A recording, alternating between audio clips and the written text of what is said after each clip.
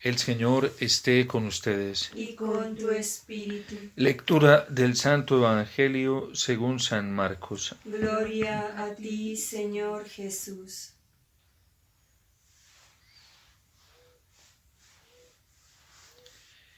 El que quiera venirse conmigo, que se niegue a sí mismo, que cargue con su cruz y me siga.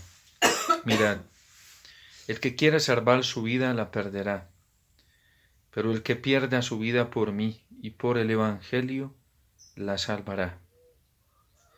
Pues ¿de qué le sirve al hombre ganar el mundo entero si arruina su vida? ¿O qué podrá dar uno para recobrarla? Quien se avergüence de mí y de mis palabras, en esta generación descreída y malvada, también el Hijo del Hombre se avergonzará de él cuando venga en la gloria de su Padre entre los santos ángeles. Y añadió: os aseguro que algunos de los aquí presentes no morirán sin haber visto llegar el reino de Dios en toda su potencia. Palabra del Señor. Gloria a ti, Señor Jesús.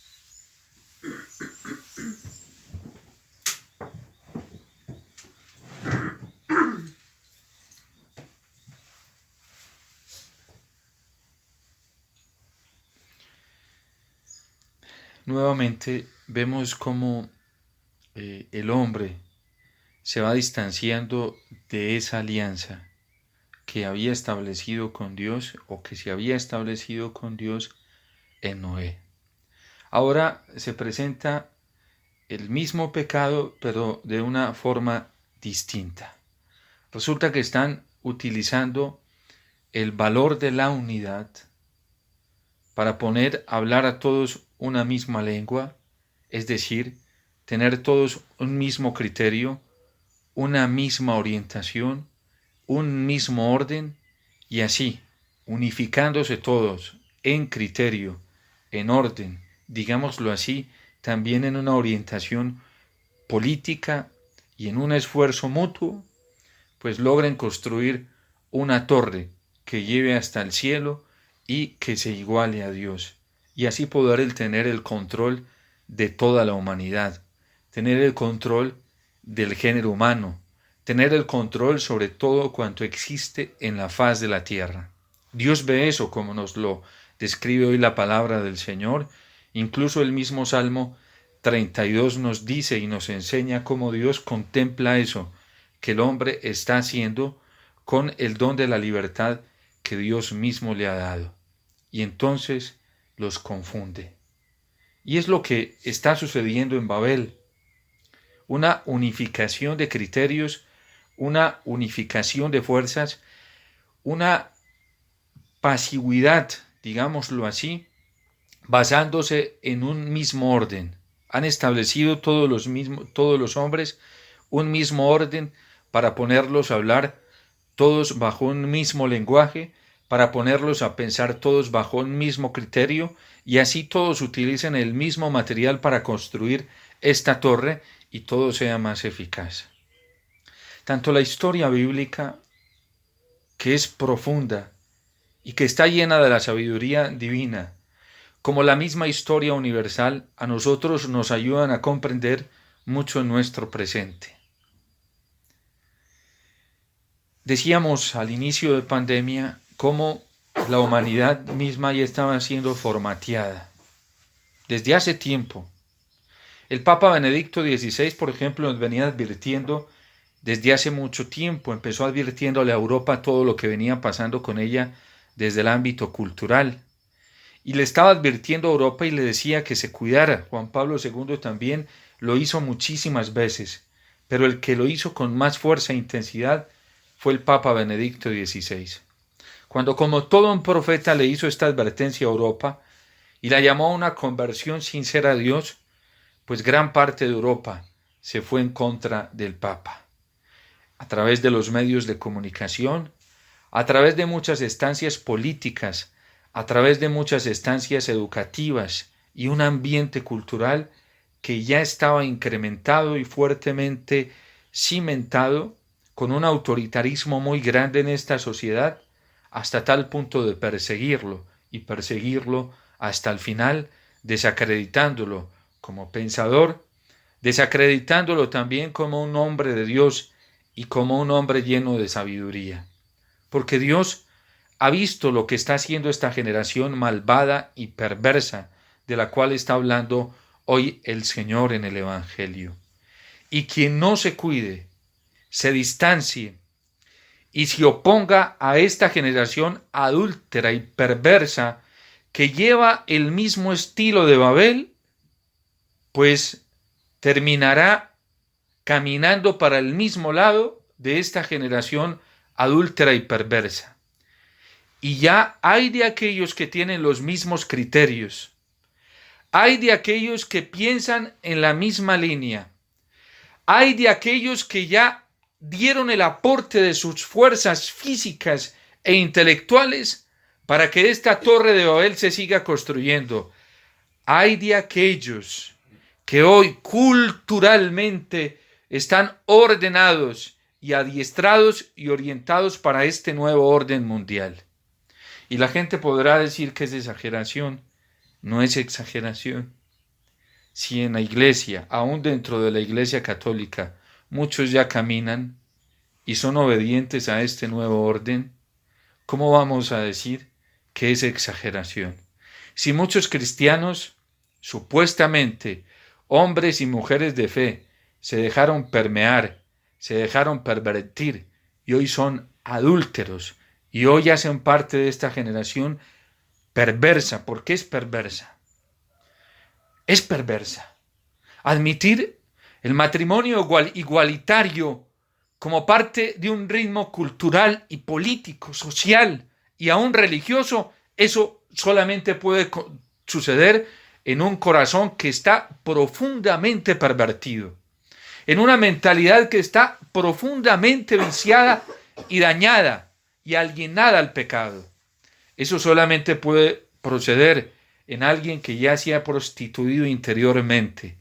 Que un cristiano admita eso y que un cristiano vea el aborto como un mal menor. Por ejemplo, en Colombia, en las 3 causales, eso ya dice mucho de la perversión que tiene esa conciencia, de la adulteración que tiene esa conciencia. Es imposible. Es que es imposible pensarlo desde una lógica apenas racional. Que alguien pueda decir que matar a un pobre niño en el vientre de su madre, porque ella fue abusada y él tenga que pagar estas consecuencias y que debe ser asesinado y que no merece la vida cuando él no tuvo la culpa de nada, eso ya es pervertido. Y que católicos lo hayan hecho en Colombia, eso da mucho que decir.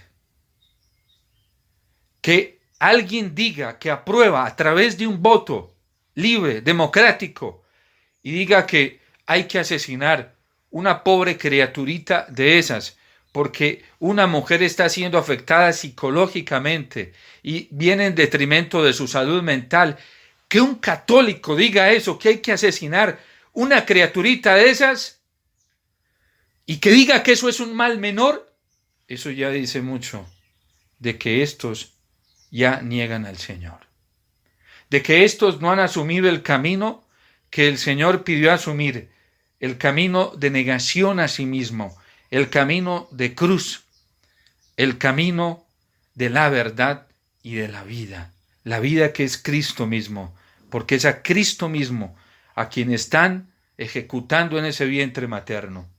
Todo lo que hicieron con uno de mis pequeños, a mí me lo hiciste. Y eso lo tendrá en cuenta el Señor el día del juicio. Eso va a aparecer el día del juicio. ¿Cuándo, Señor? ¿Cuándo? Esa vez que lo hiciste conmigo, dando tu aprobación al aborto, dando tu aprobación al matrimonio igualitario, dando tu aprobación a la legalización de la droga. Y en el mundo a otras cosas con las que ya se han confabulado los católicos. Quien se avergüence de mí y de mis palabras en esta generación adúltera y pervertida, también el Hijo del Hombre se avergonzará de él cuando venga con la gloria de su Padre entre los ángeles de Dios. Miren, la gente no quiere escuchar la verdad y se cerró deliberadamente. Mucha gente se cerró deliberadamente y eso es grave. En derecho canónico a una persona así que es obstinada se le llama pertinaz. Y cuando es pertinaz es una persona que incurre en un delito grave, grave. Porque la gente no quiere escuchar la verdad. La gente no quiere aceptar la palabra de Dios como la posibilidad de que su conciencia oscurecida sea iluminada y llegar al arrepentimiento y después del arrepentimiento a la conversión. A uno le da tristeza como sacerdote escuchar estas cosas, que incluso hoy la alteración de la fe ha llegado a un nivel tan alto en la Iglesia Católica que el sacramento de la confesión está siendo estropeado, está siendo atropellado y está siendo utilizado profanamente. Que alguien diga, oiga, es que hay que buscar la pureza, y si caes en pureza, pues busca la confesión inmediatamente. Como si el sacramento de la confesión fuera como una toalla. Cuando yo me ensucio hoy me lavo y la utilizo cuando quiera. Hay gente que está buscando el sacramento de la penitencia sin arrepentimiento del corazón, sin dolor de haber ofendido el amor de Dios, sin dolor de haber afectado, atentado contra el templo del Espíritu Santo. Y simplemente lo buscan como algo legal. Pequé, voy y me confieso. Y si mañana peco otra vez y caigo, pues voy y me confieso.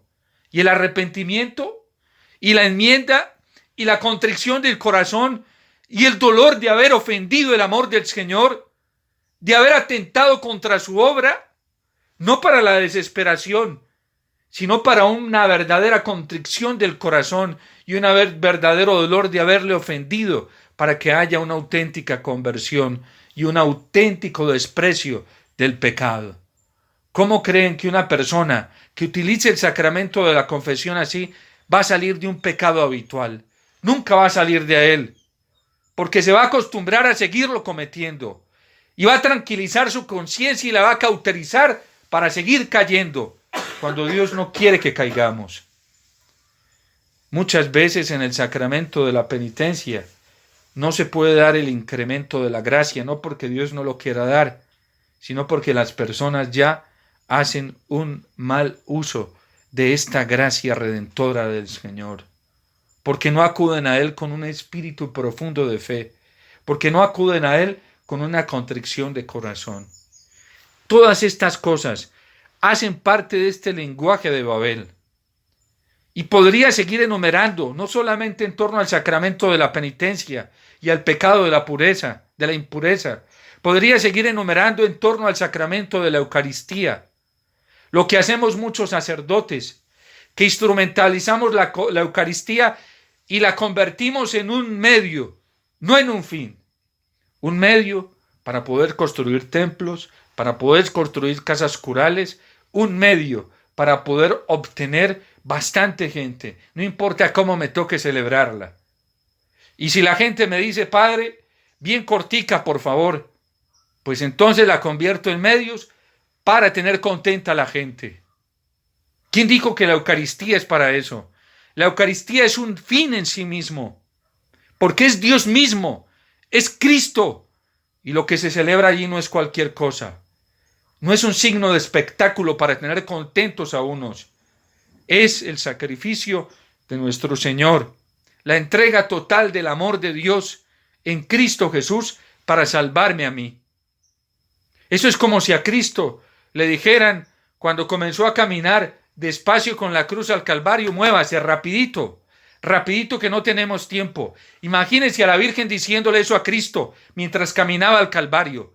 Rapidito que no podemos demorarnos tanto. Pero eso hemos hecho hoy los católicos. Eso hemos hecho hoy muchos ministros. Convertir lo sagrado, convertirlo en puro instrumento para hacerle daño al Señor y hacerle daño a las almas. La forma en que hoy esto en torno a la Eucaristía. La forma en que utilizamos hoy la palabra del Señor, también la convertimos en puro medio para conseguir nuestros fines.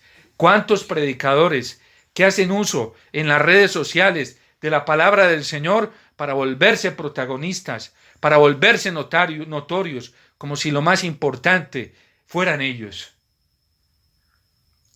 Lo decía el cardenal Robert Sará cuando fue prefecto de la Congregación para el Culto Divino, y en pandemia nos hacía la advertencia a los sacerdotes que celebrábamos misas por las redes sociales, que pusiéramos mucho cuidado, y sí que se le hizo un daño a la gente, porque mucha gente no volvió al templo, mucha gente se acostumbró a escuchar las Eucaristías por internet, como si eso les valiera. La gente no sabe que todo esto es el lenguaje de Babel.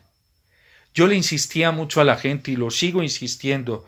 Le decía mucho al inicio de pandemia porque todo lo veía así como volcado de una manera tan fuerte que sí teníamos que buscar la unidad, pero en la verdad.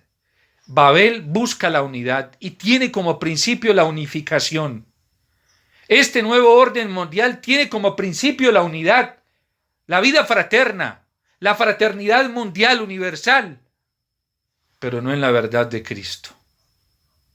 Entonces, para uno participar de este lenguaje y de este criterio de Babel, tiene que quedarse callado. Y uno como sacerdote no puede denunciar, por ejemplo, el pecado de la homosexualidad y el desorden, el pecado del homosexualismo y el desorden de la homosexualidad. Porque nunca la Iglesia ha aceptado como la homosexualidad como un orden natural. La Iglesia siempre lo ha identificado como un desorden afectivo y sexual. Y la Iglesia nos invita en el cuidado pastoral con este tipo de personas que tienen esta tendencia a acogerlas con amor, a acogerlas con comprensión, a acogerlas también con la verdad, diciéndoles que hay que vivir en castidad. Y es que la castidad es la virtud que regula la conducta afectiva y sexual de todo ser humano. Pero en la Iglesia hoy no queremos castidad. Los matrimonios no quieren castidad. Y si viéramos cómo están viviendo muchos matrimonios católicos su relación conyugal, no la están viviendo orientada por la castidad, sino por sus propios criterios. Y todo esto es el lenguaje de Babel. Y tantos pecados de impureza que se cometen aún dentro de la relación conyugal en los matrimonios, por falta de vivir bajo el régimen de la virtud de la castidad, como lo invita y lo llama la Gaudium et Spes del Concilio Vaticano II y el magisterio posterior de los papas.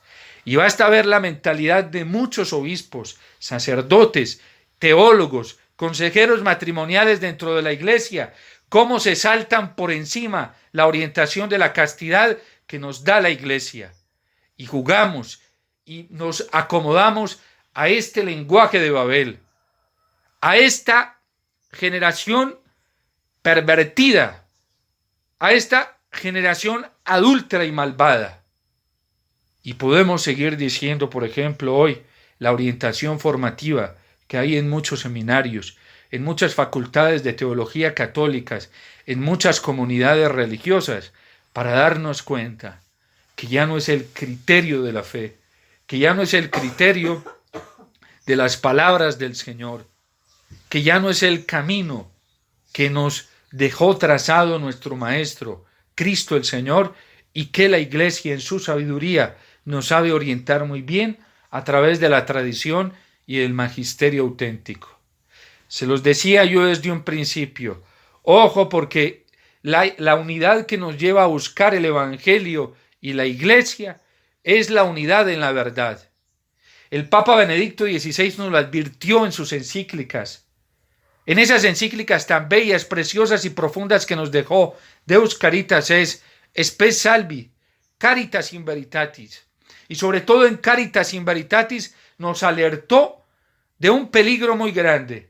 Porque es verdad que este Babel de hoy, que quiere construirse esta torre, este nuevo orden mundial, que ha permeado ideológicamente a la iglesia también y a todas las estructuras de la sociedad, la política, la educación, la cultura, la ciencia.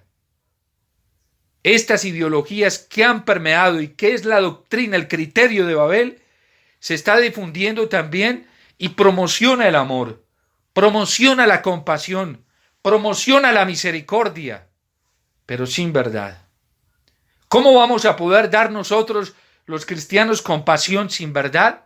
Tener compasión por el otro sin verdad se convierte en alcahuetería, en asistencialismo, en maternalismo, en paternalismo. Y todos sabemos el daño tan grande que hacen estas cosas a la persona. ¿Cómo la destruyen? Para que miren la muestra de un espejo, desen cuenta en Venezuela. ¿Qué hay allí? Paternalismo, maternalismo, asistencialismo, alcahuetería. Y por eso esta nación se convirtió en lo que se convirtió. Y estos regímenes toman tanta autoridad y poder que nada los tumba. Pero Dios ve desde el cielo y los va a destruir y los va a acabar en su momento indicado. Pero hay de nosotros, católicos y cristianos, que nos estamos dejando dañar y permear de todo esto. Por eso yo le insisto a la gente que se alejen de tanta basura que hay en las redes sociales, de tanta tendencia tóxica. Hoy ya no hay cosas sanas, todo está muy permeado y dañado, pero la gente no quiere entender, no quiere comprender que está en peligro su alma, porque Babel ya se está edificando con los mismos ladrillos y con el mismo pegamento esta torre.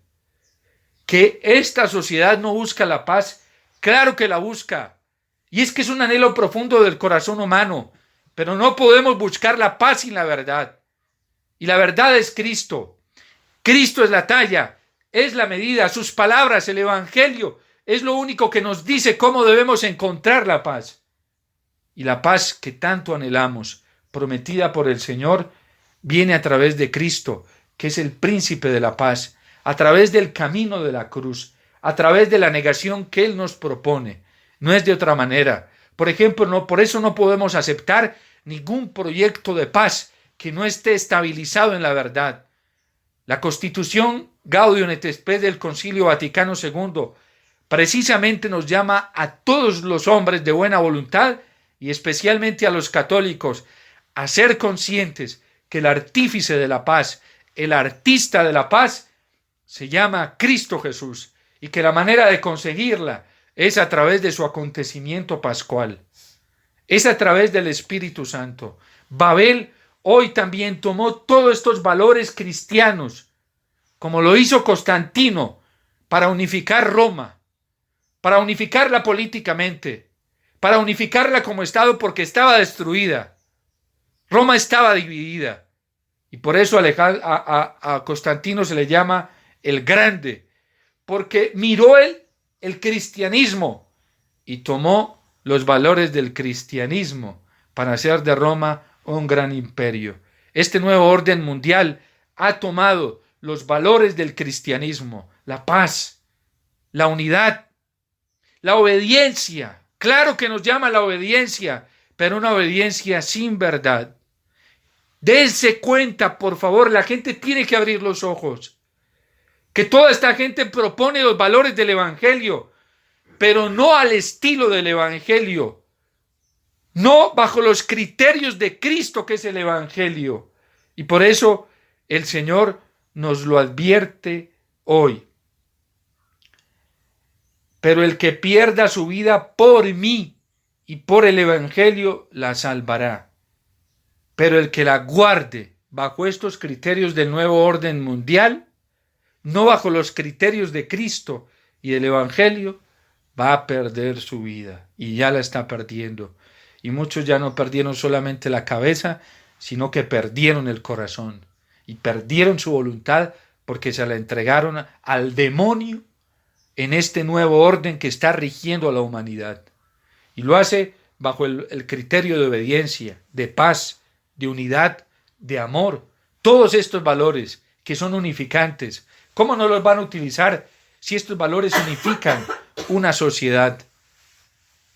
Roma lo veía que entre más perseguía a los cristianos, más fuertes se hacían. ¿Y qué es lo que tiene esta gente?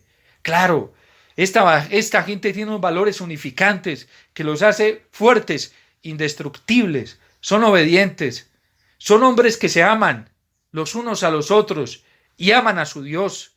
Son hombres que sienten compasión los unos de los otros, tienen misericordia entre ellos. Son hombres que buscan la unidad, que buscan la paz. Y ahorita está pasando lo mismo, pero ya no a una escala tan pequeña como sucedió en el siglo IV, sino a una escala más amplia y potente como está sucediendo hoy en pleno siglo XXI. Y la gente no se da cuenta de esto. El Señor nos está advirtiendo y dice que quien se avergüence de Él y de sus palabras en esta generación adúltera y malvada, pues también el Hijo del Hombre se avergonzará de ellos ante el reino de los cielos. No nos dejemos meter más cucarachas. No nos dejemos engañar más por esta babasa del diablo que tiene dormido a más de uno. Despertemos a la luz de la palabra del Señor. Despertemos con la fuerza de Cristo Eucaristía que hay en cada altar y en cada sagrario. Despertemos con la fuerza que nos está brindando el corazón inmaculado de la Virgen a través del rezo del Santo Rosario. Despertemos y volvamos a Dios de todo corazón, porque todavía hay posibilidad. Y no importa, así sea con 2 o 3, con 4 o 5, que permanezcan fieles, Dios va a permanecer fiel a la alianza y ahí va a estar su promesa salvífica. Por eso, volvamos al Señor y no nos dejemos enredar, así perdamos la vida.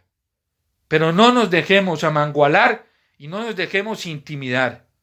A uno como sacerdote casi que diariamente lo están intimidando para que calle, para que no hable, para que no transmita la palabra del Señor, que es la única capaz de despertar. Pero hay que seguir adelante. Y decía el Papa Benedicto XVI que esta fuerza imperante del anticristo solamente se puede combatir a fuerza de la oración de toda una diócesis y de toda la iglesia, solamente con el apoyo de la oración.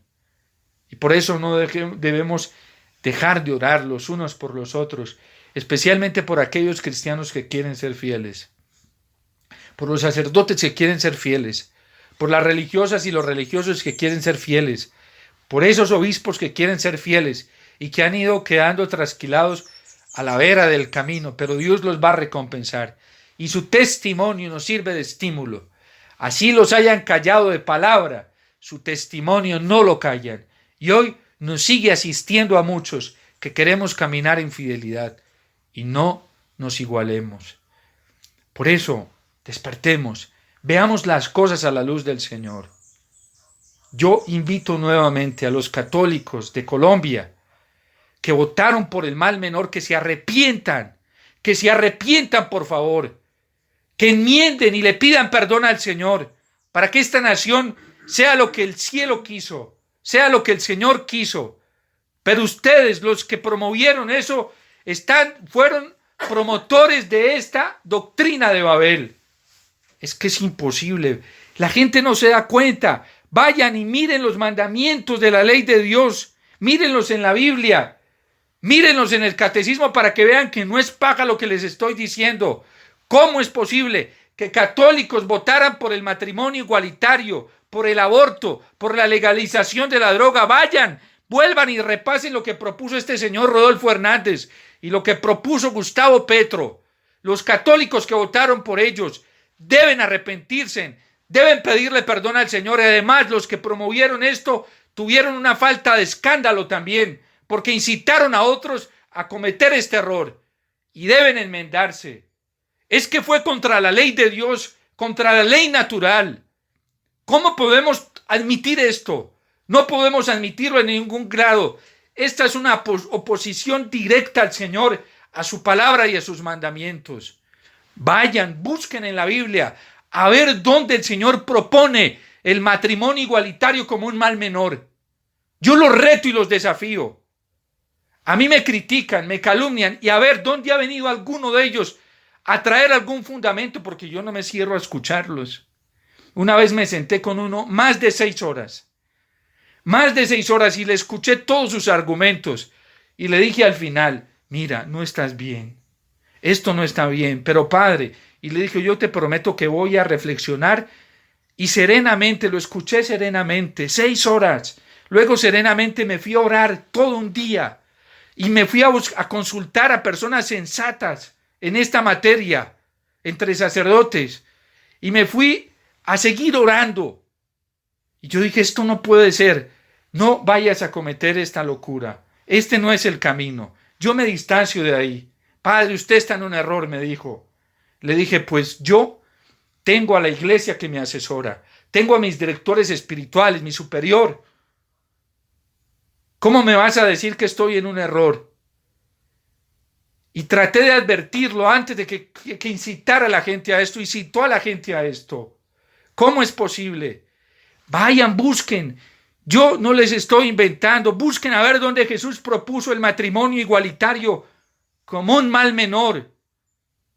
Vayan y busquen dónde propuso el Señor el aborto en las 3 causales que está en Colombia como un mal menor. Vayan y busquen en el Evangelio dónde propuso el Señor la legalización de la droga como un mal menor. Yo los cuestiono a ellos. ¿Qué tan cristianos son? ¿Qué tan católicos son?